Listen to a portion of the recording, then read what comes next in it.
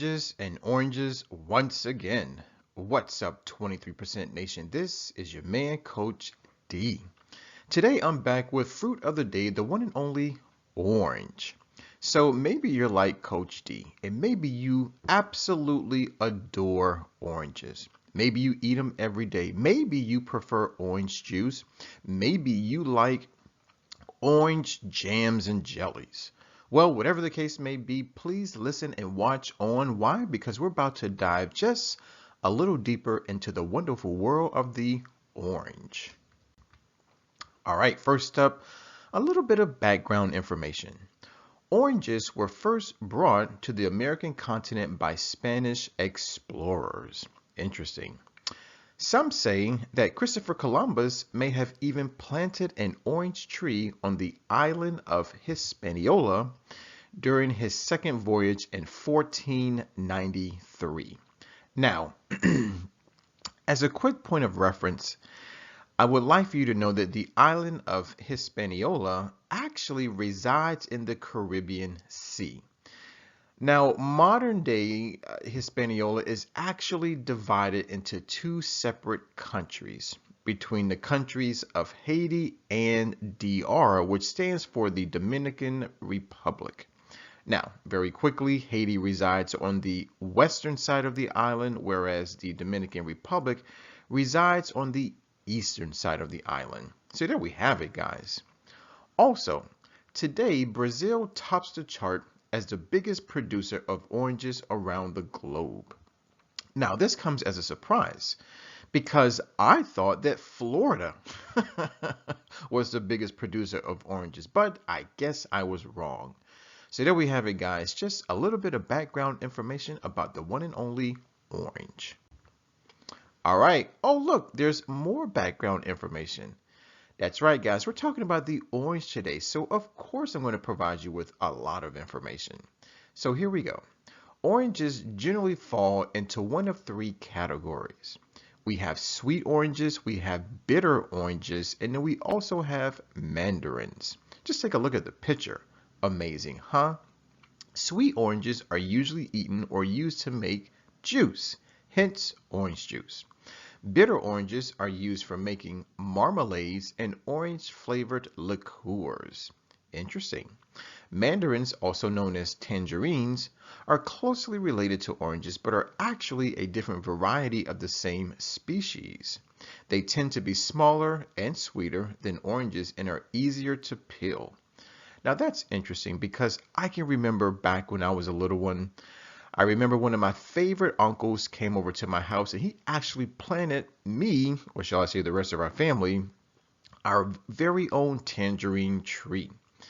So there we have it, guys. A little more background information about the one and only orange. Oh, what do you know? More background information. The navel orange is one of the most common types of oranges. They're seedless with a thick skin and characteristic navel-like dimple on one end. Clementines, also sometimes called cuties, are another popular choice because of their small size and easy peel. The blood orange stands out because its distinct dark red flesh, which is thanks to the presence of anthocyanins, a type of antioxidant pigment. Wow, who knew all these different types of oranges existed? Now, if you're wondering what in the world do these oranges look like, well, guys, just take a look at the picture. I want to show you exactly what I'm talking about. So basically, the picture represents the words. So there we have it, guys. I believe this is the last little bit of background information about the one and only orange. All right, now it's time for a few fun facts. Believe it or not, there are even more types of oranges. So I want to very quickly go over those. We have the Seville orange, we have kumquats, we have the bergamot, we have Cushus, Caracara, Satsumas, and Valencia. Wow, take a look at that picture. So as we can see, the orange is very, very interesting. There's so many different types. There's so many different shapes, so many different sizes. So when you eat an orange, you gotta kind of think about what type of orange am I eating, right? I know that for me, my favorite, and I do mean my favorite, is definitely the navel orange. So I hope you enjoyed these fun facts. Why? Because I have too. All right, now it's time for the not so fun facts about oranges. While oranges while orange nutrition benefits are pretty impressive, it's important to remember that the same benefits may not extend to orange juice. This is because oranges contain a good amount of fiber, which helps slow the absorption of sugar in the bloodstream. Orange juice, on the other hand, provides a concentrated amount of the sugar found in the oranges without any of the beneficial fiber. Commercial varieties, in particular, are pumped full of sugar and additives, minimizing the nutritional value of orange juice. So basically what they're telling us is that if you want to drink orange juice, it's best to simply eat the entire orange. Why? Because when you eat an orange, you get the fiber and you get all of the other phytochemicals that are found in the orange. As opposed to drinking commercial orange juice, well, honestly, you're getting a whole bunch of sugar, a little bit of orange juice, and additives and other toxic chemicals, which basically help to preserve the juice while it's sitting on the store shelf. So, what does this all amount to? It's easy. Eat more oranges. All right, now it's time to dive into the 520 rule. Ladies and gentlemen, when we talk about the 520 rule, ultimately we're talking about food labels. Yes, food labels. Basically, the 520 rule is a guide. It lets us know whether or not a food item or even a beverage item is a good source or not a good source of any particular nutrient. Now, when we talk about the 520 rule, ultimately we're discussing percent daily value, abbreviated percent DV. Now, let's take a look at our sample food label. As you can see, it is divided into three parts that are highlighted in different colors. First, you have percent daily value column that's highlighted in, shall we say, lavender. Then we have a few nutrients that are highlighted in yellow, such as total fat, saturated fat, trans fat, cholesterol, and sodium. And then we have our third part, which is highlighted in the light blue, dietary fiber, vitamin A, vitamin C, calcium, and iron, which basically represent all vitamins and minerals. Now let's take each part separately. Notice that the percent daily value column is simply a column of percentages. Some percentages are very high, some percentages are very low. Basically, these percentages can range from as low as 0% to as high as 100%. Now, if we focus our attention on the yellow section, total fat, saturated fat, trans fat, cholesterol, and sodium, well, here's the unfortunate news. These nutrients do a really good job at promoting disease within the body temple. So when it comes to percent daily value, you always want to make sure that whatever you're eating or drinking, that these percentages are very low, right? As close to 0% as possible. Now, when it comes to the blue nutrients, such as dietary fiber, vitamins, and minerals, these nutrients do just the opposite of the yellow nutrients. Rather than promote disease, they promote health, they promote wellness within the body temple. So if anything, you want those nutrients to be as close to 100% as possible. Now, let's dive just a little deeper into the 520 rule. If a food or beverage item offers anywhere from 0% to 9% of any particular nutrient, then that food item is not a good source of that nutrient. Next, if the food or beverage item offers 10% to 19% of any nutrient, then that food item is considered a good source of that particular nutrient. Lastly, if the food or beverage item offers anywhere from 20% DV or greater, then that food item or beverage item is considered an excellent source of that particular nutrient. So there we have it, guys, the ins and outs about the 520 rule. All right, now it's time to dive into the nutrition facts. Now, for today's lecture, we're going to simply say that a single serving of an orange is equivalent to one large orange. Now, how much does that weigh? About 184 grams. So when we consume a large orange, this is what we're putting into our bodies. 86.5 calories, 21.6 grams of carbs. Now here's something interesting, is that this large orange is going to provide us with 1.7 grams of protein. That's right. So for all of us who are looking for plant protein, maybe you're looking to build a little bit of muscle, right? Then definitely eat more oranges. Believe it or not, it has protein in it. Also, 0.2 grams of fat, 4.4 grams of fiber. Amazing. Now, check out the vitamins and the minerals. First, let's talk about vitamin C. Notice that a large orange is going to provide you with 163% DV.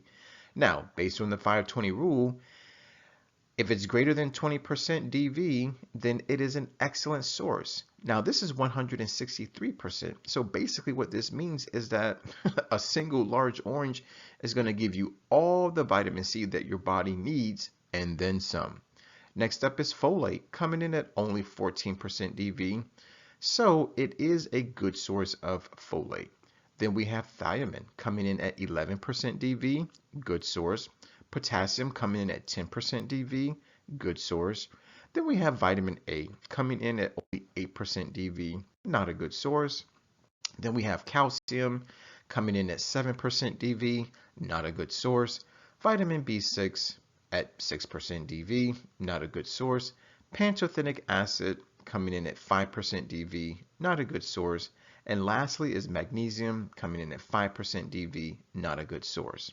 Now, for all the vitamins and minerals that I just named as not a good source, all you have to do is maybe eat a second orange, perhaps later in the day.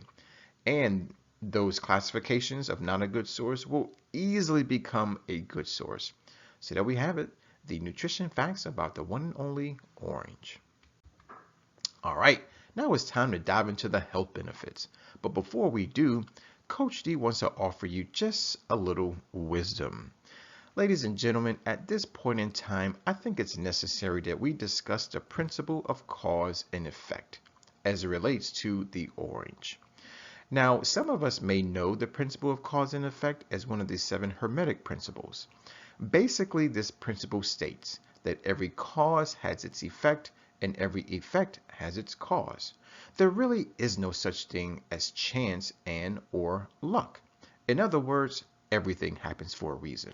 So what does this all mean? It simply means that if you're looking to promote health and wellness within your body and within your life, well, you gotta create it. Now, it's the same thing for disease and sickness. If you're looking for disease, if you're looking for sickness, then believe it or not, you're gonna cause that too. But for today's video, let's focus on health. Let's focus on wellness, right? So really what all this translates to is that the nutrition facts, or shall we say the nutrients that are in oranges, are basically the causes. The health benefits are the effects. That's right. So let's take a look and see what happens to the body once you actually consume an orange. Number 1, oranges are very high in antioxidants. Now, antioxidants are amazing. Why? Because they deactivate free radicals, which unfortunately do promote the formation of heart disease, cancer, and even diabetes. And they also make you age faster. Now, being that I love phytochemicals, I have to give a little bit of love to the 2 antioxidants that are present in oranges. Guys, I want to introduce you to hesperidin and hesperitin. That's right. Those are the 2 antioxidants that are prominent in oranges. Next up, oranges enhance immunity. They fight cancer. They're rich in fiber, right? Now, in earlier videos, I've basically stated that fiber is what I like to call nature's plumber. That's right. It keeps your tubes clean. meaning your GI tract as well as your blood vessels. Also, oranges improve heart health. They also boost brain function. Nice. Now, once again, we have to give a little bit of love to two more phytonutrients that are found in oranges. So say hello to nobilitin and tangeritin. That's right. Now, yes, some of these phytonutrients are a little difficult to pronounce, but it's okay. And lastly, oranges keep your skin looking healthy. That's right. So for all of us out there that are dealing with skin issues such as eczema, psoriasis, acne, right? It's definitely time to eat more oranges. All right, now let's talk about food. Yes, vegan food. Yes, plant food, right? Guys, once again, I went to our website for everything vegan. Say hello to forksoverknives.com. By the way, there is a movie entitled Forks Over Knives. If you haven't seen it, I highly recommend you watch it. Now, I went to the website, did just a little bit of research on oranges, and look at what I found. Two amazing vegan orange recipes that I want to share with you right now. So the first one is entitled Baby Kale Salad with farro, grapes, and of course, oranges. Take a look at the picture. Looks amazing. Now our second recipe is entitled Pita Chips with Blueberry Orange Salsa. Yummy. Take a look at that picture, right? Now, if you are inclined to make and taste either one of these recipes, all you have to do is go to the description box and click on the links. That's right, guys. I am providing you with a direct link to each recipe. Now, here's the thing. If you decide to visit the website, then you're going to find a lot of information. You're going to find the ingredient list, you're going to find the instructions, and the preparation time. Basically, everything you need in order to make and taste and share these wonderful recipes. So there you have it, guys. Not one, but two amazing recipes from forksoverknives.com. All right, 23% Nation, I hear you. A lot of you say, well, Coach D, thanks for the background information. Coach D, I really appreciate the recipes as well as the nutrition facts. But what I really want to know is, when should I eat more oranges?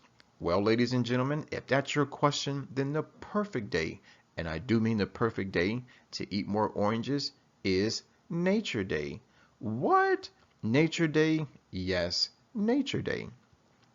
Guys, Nature Day happens to be the first day of the 23% challenge. Now, some of you probably have been living under a rock and you know absolutely nothing about the challenge. Well, guys, the 23% challenge is basically a monthly 7-day wellness program that is designed to help improve your health, your wealth, and your relationships. Now, here's the thing about the 23% challenge is that it's the first 7 days of every single month. That's right, the first all the way through the 7th. Now, being that Nature Day is the first day of the challenge, that simply means that Nature Day is the first day of every single month. So, whether it's March 1st, June 1st, or even December 1st, it's always Nature Day.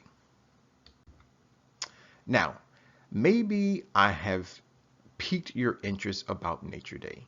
And so maybe right now you're wondering, what in the world is Nature Day all about? Well, guys, Nature Day is all about getting closer to nature. Now, yes, there are lots of ways you can get closer to nature. For instance, you can go to a zoo and pet the pets. You can go take a walk in nature, right? But for the sake of the 23% challenge, we're going to get closer to nature by simply putting it in our bodies. That's right, guys, it's time to eat more plants. Now, perhaps you are interested in eating more plants. Maybe you are considering transitioning to a more plant-based diet. Maybe you have been stricken with the big four, meaning obesity, type 2 diabetes, heart disease, cancer. And so maybe you're looking for a holistic approach to your healing. Well, if that's you, then you are definitely in the right place. Ladies and gentlemen, I want to offer you 3 avenues that I believe can help make that transition to a plant-based diet a little easier. So I want to introduce you to 3 types of vegans. First is a 3% vegan, second is a 13% vegan, and lastly is a 23% vegan. So let's talk about each one separately. First, a 3% vegan is anyone, man, woman, or child, who only eats plant foods and drinks only water only one day out of an entire month. Next up is a 13% vegan. That translates to 4 days out of an entire month. Now, with this option, you can go 2 ways about it. You can do the first 4 days of the month, or providing the month has 4 weeks, you can do 1 day per week. You choose a day, I'll let you decide. And of course, they only eat plant foods and drink only water only 4 days out of the month. Lastly is a 23% vegan. Now, technically, that's what Coach D considers himself to be. That's right. Now, 23% equals 7 days. So basically what that means is that for the first 7 days of every single month, Coach D is a strict vegan. Now, what does he eat? It's easy and simple. I only eat from the 5 food groups of plant foods. So what are the 5 food groups of plant foods, you may be wondering? Well, all fruits, all vegetables and herbs, all legumes, meaning beans and peas, all nuts and seeds, and let's not forget about whole grains. Very important. And of course, I only drink water. So there we have it, guys. The ins and outs about Nature Day. All right. So maybe you're ready to become a 23% vegan or 3% or 13% vegan. And maybe you need a few tips. Maybe you need some help. Maybe you need a little bit of advice. Well, if that's you, then Coach D is here to help. Guys, here are my tips for a successful Nature Day. Tip number 1, go to your local grocery store. Now, when you get there, you're going to go to 2 places. Number 1 is the produce section. Why? Because that's where all of the fresh plant foods are located. Number 2, go to the freezer aisle. Why? Because that's where all of the frozen plant foods are located. Now, some of us may be wondering, is there really a difference between fresh and frozen plant foods? Well, to be honest with you, there's not much of a difference. As a matter of fact, the nutrient content of both are pretty much equal. However, when it comes to the frozen plant foods, well, believe it or not, they are picked at their peak ripeness state. So their nutrient content may be a little higher than that of the fresh counterparts. Next up, go to the farmer's market. Now, maybe you're the type of person who doesn't even know that farmer's markets exist. If that's you, then simply go to Google, type in farmer's markets near me, and within less than half of a second, Google will give you your desired results. Now, there are some advantages to shopping at a farmer's market as opposed to your local grocery store. Number 1, farmers markets only cater to organic produce. That's right. So if you're the type of person who loves organic or you can only eat organic, right, then definitely check out a farmer's market. Also, farmers markets only have local produce, meaning it comes from local farms. So what does that mean? It means that there's less transportation, right, from the farm to the actual market. And so that means that there are fewer herbicides, pesticides, and chemicals sprayed on the fruit. Now, because there's less transportation, that also means that perhaps there's going to be a savings. That's right. So you could possibly end up saving more money by shopping at your local farmer's market. Tip number 3, go to the prepared dishes section of your local grocery store. So after you finish up with the freezer aisle in the produce section, walk on over to the prepared dishes section. Now, depending on your grocery store, they may term it the kitchen. Whatever the name is, talk to the person behind the counter. Ask them if they have any vegan options, right? And if they do, ask for a quick sample. Providing they give it to you and you like it, then go ahead and purchase the food either by the pound or maybe even 2 pounds if you really like it. And lastly is to go visit a vegan restaurant. Ladies and gentlemen, it is time for us to start supporting the vegan community. So eat at a vegan restaurant. Now, vegan restaurants are amazing. Why? Because they hire vegan chefs. Now, what's the advantage of a vegan chef? Well, they not only know how to cook plant food so that the food retains most of its nutrients, but they also know which plant foods to combine to deliver the most delicious dishes. That's right. So, if you're looking for a delicious, nutritious, plant-based meal, then a vegan restaurant is definitely the place to go.